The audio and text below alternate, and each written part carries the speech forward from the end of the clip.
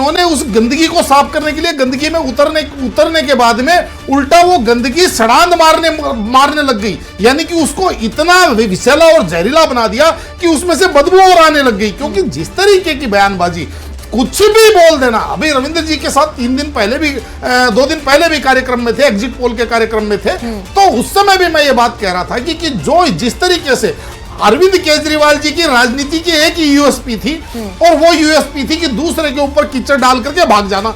लेकिन इस बार भारतीय जनता पार्टी ने पहली बार ऐसा किया है कि इनको कीचड़ फेंकने के बाद में भागने नहीं दिया। इनको उस कीचड़ के लिए इनको पूरा का पूरा लाइबल और पूरे का पूरा जिम्मेदार इनको उस चीज के लिए बनाया। उसका परिणाम यह है कि जिस तरीके से, एक चीज और बता दूं मैं आपको मनोराज जी, कि आज के 1 महीने पहले पूरा का पूरा चुनाव अरविंद केजरीवाल जी के फेवर में था। कोई भी राजनीतिक विश्लेषक, कोई भी राजनीतिक पंडित ये नहीं कह सकता था कि आम आदमी पार्टी हार रही है। हर आदमी यही कहता था सीटें क्या हो गया 1 महीने में, क्या जहर भरा जो बयान दिया यमुना में वो भी एक कारण है या क्या कारण रहे?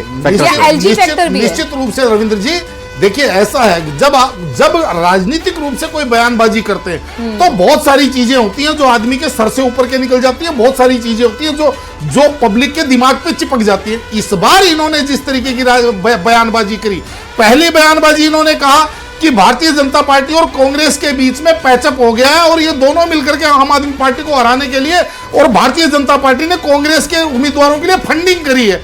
अब मुझे एक बात बताइए, 6 महीने पहले दूल्हा दुल्हन आप बने हुए थे, 6 महीने पहले गलबैयां आप कर रहे थे, और आज आप उसका आरोप लगा रहे भारतीय जनता पार्टी के साथ मिलकर।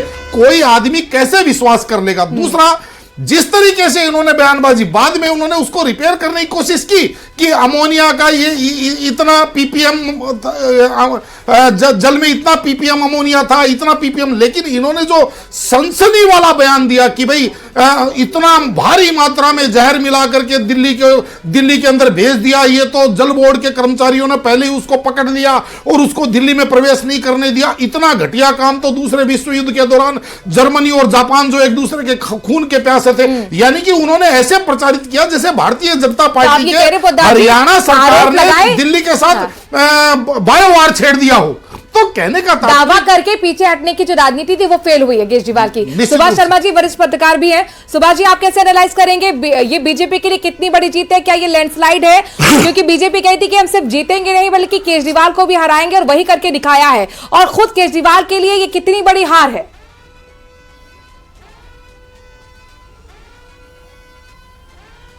सुभाष जी को ऑडियो दीजिएगा।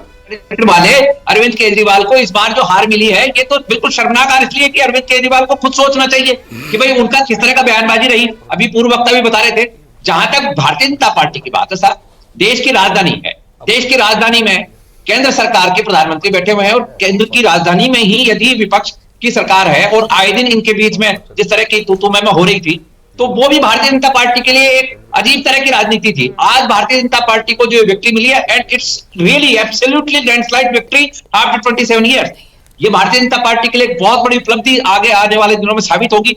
और जहां तक दिल्ली का सवाल है, दिल्ली में देश की राजधानी क्षेत्र होने के नाते वहां पर एक जिम्मेदार, एक बहुत ही लाइबल किस्म का रिस्पॉन्सिबल किस्म का सिस्टम होना चाहिए। क्योंकि आप हम सबको पता है कि जितने भी दूतावास वहां मौजूद हैं, पूरे डेलीगेट्स वहां आते हैं, हमारी इज्जत जो है देश की वो सारी वहां से जाती है। अभी आपको हमको सबको पता है कि अमेरिका के राष्ट्रपति जो डोनाल्ड ट्रंप भारत में जब आए थे, तब इन्हीं के कार्यकर्ता उस वक्त किस तरह की न्यूज़ फैलाने में लगे हुए थे डोनाल्ड ट्रंप के सामने। अमेरिका का राष्ट्रपति आया हुआ है, एक राष्ट्राध्यक्ष आया हुआ है, भारत की किस तरह की इमेज वहां जाएगी, ये आम आदमी पार्टी को कभी सोचता ही नहीं। देश की गरिमा किस तरह की होती है।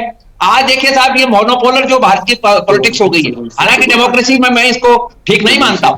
डेमोक्रेसी का जो सिस्टम है उसमें मल्टीपोलर होना चाहिए, बल्कि बाइपोलर तो होना ही होना चाहिए सिस्टम को। लेकिन आज ये मोनोपोलर हो गया है।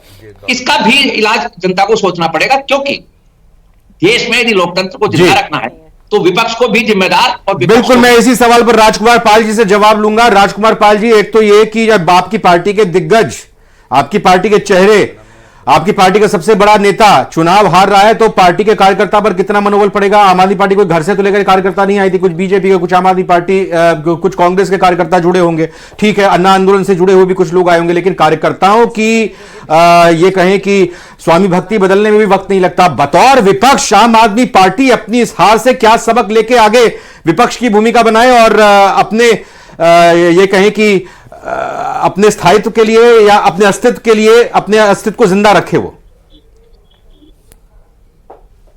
आम आदमी के कार्यकर्ता भी उतने ही झूठे जितना उनका नेता। झूठ लगातार 11 वर्ष तक परोसते रहे। और जितना एक मिसाल देता हूं कि एक छिड़काव के लिए इन्होंने केमिकल मंगाया था, वो छिड़काव का केमिकल उन्होंने 2.5 लाख में खरीदा और उसके ऊपर 25 से 30 करोड़ रुपए प्रचार में खर्च किए। टोटल इन्होंने 300 करोड़ रुपए प्रचार में खर्च किए। 1 किलोमीटर सड़क बनती है 4 करोड़ के अंदर। तो ये तो प्रचार तो सर हर सरकार करती है, इतना ज्यादा नहीं करती है सर। 2.5 लाख का केमिकल और 25-30 करोड़ का प्रचार, इस तरह से प्रचार चलेगा? इस तरह से एक तो छोटा सा दिल्ली राज्य है,